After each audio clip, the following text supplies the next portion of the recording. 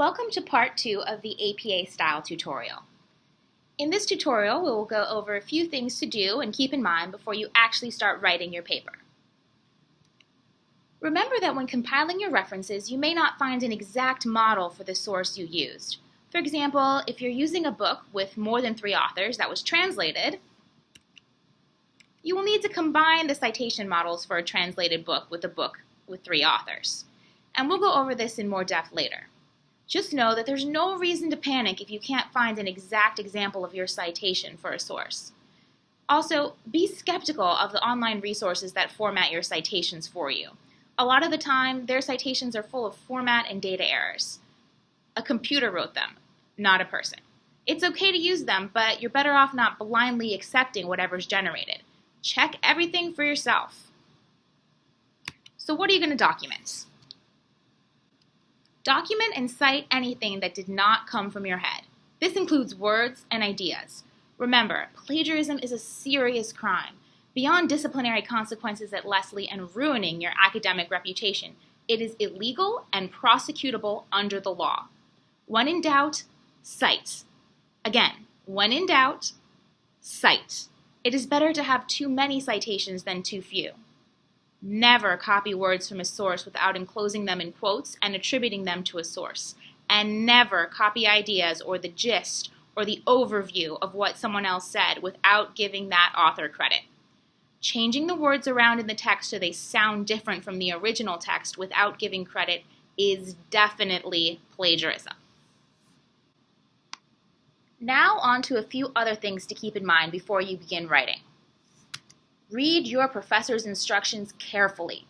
Ask questions if you don't understand or need clarification. Specific requirements will vary.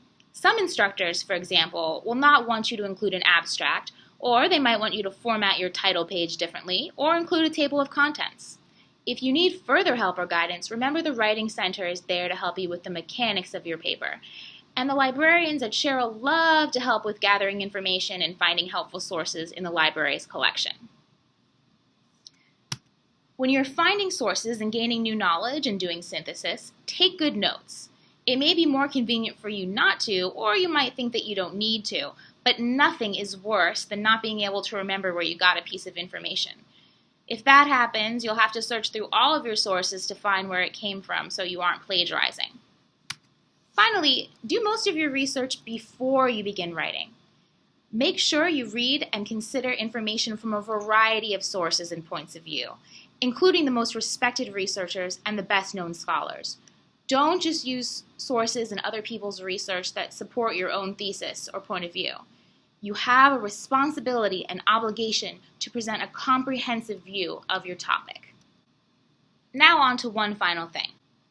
In order to make citing easier and less work, make sure to record the following items from a source when you think you will use it later to inform or shape your research. The author's full name for the whole work, book, chapter, section, article, and so on.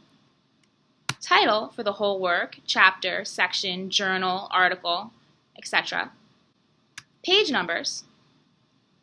If you're quoting, the number of the page from where you read the quotation. Edition, if other than the first edition. City of publication. Publisher. Volume and issue for journal articles if it's available. The digital object identifier, or DOI, if that's available.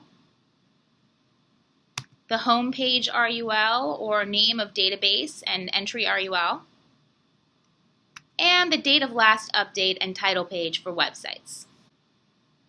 This concludes part 2. In part 3, we'll move on to the format of your paper and general rules.